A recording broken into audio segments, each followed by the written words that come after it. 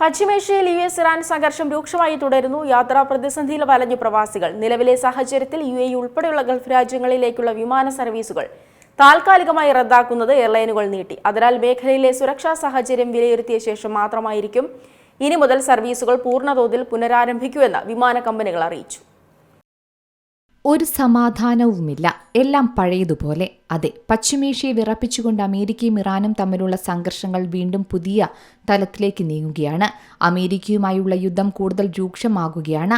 പ്രത്യേകിച്ച് ഇതുമായി ബന്ധപ്പെട്ട യൂറോപ്പിലെ അമേരിക്കൻ സൈനിക ലക്ഷ്യങ്ങൾ കൂടി ആക്രമിക്കാൻ ഇറാൻ ആലോചിക്കുന്നതായി പുറത്തുവരുന്ന ഞെട്ടിക്കുന്ന റിപ്പോർട്ടുകൾ.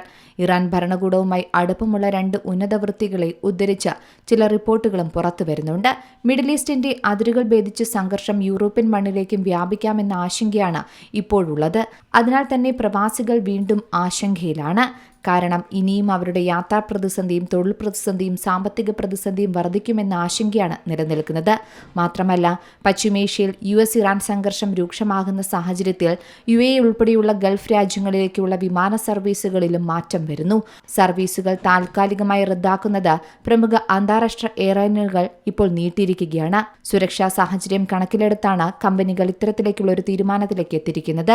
ഹോർമുസ് കടലിടുക്ക് കേന്ദ്രീകരിച്ച് സംഘർഷാവസ്ഥ നിലനിൽക്കുകയാണ്. അതിനാൽ സുരക്ഷാ മുൻകരുതലിന്റെ ഭാഗമായാണ് എയർലൈൻ കമ്പനികൾ ഇത്തരത്തിൽ നടപടി നീട്ടിയിരിക്കുന്നത്. UAE, Bahrain, Kuwait, Qatar, Saudi Arabia തുടങ്ങിയ രാജ്യങ്ങളിലേക്കുള്ള സർവീസുകളെയാണ് ഇപ്പോൾ ഈ യാത്രാവിലക്ക് കൂടുതലായും ബാധിച്ചിരിക്കുന്നത്. കഴിഞ്ഞ ദിവസം UAE ലക്ഷ്യമിട്ടെത്തിയ 2 ബാലിസ്റ്റിക് മിസൈലുകൾ വ്യോമ പ്രതിരോധ സംവിധാനം തകർത്തിരുന്നു. തുടർന്ന് ഇറാനുമായുള്ള എല്ലാ വ്യാപാര സാമ്പത്തിക ഇടപാടുകളും UAE താൽക്കാലികമായി നിർത്തിവെക്കുന്ന സാഹചര്യവുമുണ്ട്. എന്നാൽ ആക്രമണത്തിൽ പങ്കില്ലെന്ന് ഇറാൻ പറയുന്നുണ്ട്.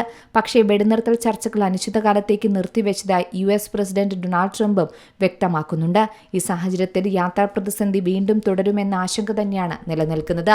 വ്യോമയാന മേഖല താറുമാറായ സ്ഥിതിയാണ് പശ്ചിമേഷ്യയിൽ കാണാൻ സാധിക്കുന്നത്. ഇത്തിഹാദ് എയർവേസ് അബുദാബി, ബഹ്റൈൻ റൂട്ടുകളിലെ നിശ്ചിത സർവീസുകൾ തുടരുന്നുണ്ടെങ്കിലും ചില ഫ്ലൈറ്റുകളായ EY641, EY642, EY645, EY646, EY647, EY648 എന്നിവ ഓഗസ്റ്റ് 21 വരെയാണ് റദ്ദാക്കിയിരിക്കുന്നത്.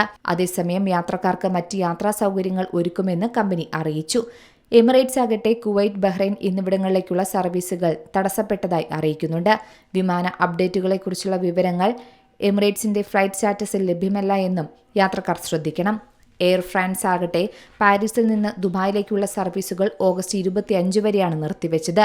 ബെയ്റൂട്ടിലേക്കുള്ള നിർത്തിവെച്ച സർവീസുകൾ സെപ്റ്റംബർ 1 വരെയും റിയാദിലേക്കുള്ളവ ഓഗസ്റ്റ് 25 വരെയും നീട്ടിയതായും കമ്പനി അറിയിക്കുന്നു. Dubai, Abu Dhabi, Doha, Riyadh, Bahrain, Amman, Tel Aviv സർവീസുകൾ ബ്രിട്ടീഷ് എയർവേസ് താൽക്കാലികമായി നിർത്തിവച്ചിരിക്കുകയാണ്. ഒക്ടോബർ 31 വരെയുള്ള യാത്രക്കാർക്ക് ടിക്കറ്റ് തുക പൂർണ്ണമായി റീഫണ്ട് ചെയ്യുകയോ അധിക നിരക്കില്ലാതെ തീയതി മാറ്റുകയോ ചെയ്യാമെന്നും കമ്പനി വ്യക്തമാക്കുന്നുണ്ട്. ദുബായ്, ടെൽ അവീവ് സർവീസുകൾ 2027 ജനുവരി പകുതി വരെ എയർ കാനഡ റദ്ദാക്കിയിരിക്കുകയാണ്. അതേസമയം ദോഹ, റിയാദ് സർവീസുകൾ തുടരുമെന്നും കമ്പനി അറിയിച്ചു. മാത്രമല്ല, ദുബായ്, റിയാദ്, ദമാം സർവീസുകൾ ഒക്ടോബർ 24 വരെ നിർത്തിവെച്ചതായി KLM അറിയിച്ചു. മേഖലയിലെ സുരക്ഷാ സാഹചര്യം വിലയിരുത്തിയ ശേഷം മാത്രമായിരിക്കും ഇനി സർവീസുകൾ പഴയതുപോലെ പുനരാരംഭിക്കൂ എന്നും വിവിധ വിമാന കമ്പനികൾ അറിയിക്കുന്നുണ്ട്. News desk, Zee Malayalam news. ഏറ്റവും പുതിയ വാർത്തകളും വിശേഷങ്ങളും വിരൽ തുമ്പിലറിയാൻ സീ മലയാളം ന്യൂസ് എല്ലാ ഡിജിറ്റൽ പ്ലാറ്റ്ഫോമുകളിലും ലഭ്യം.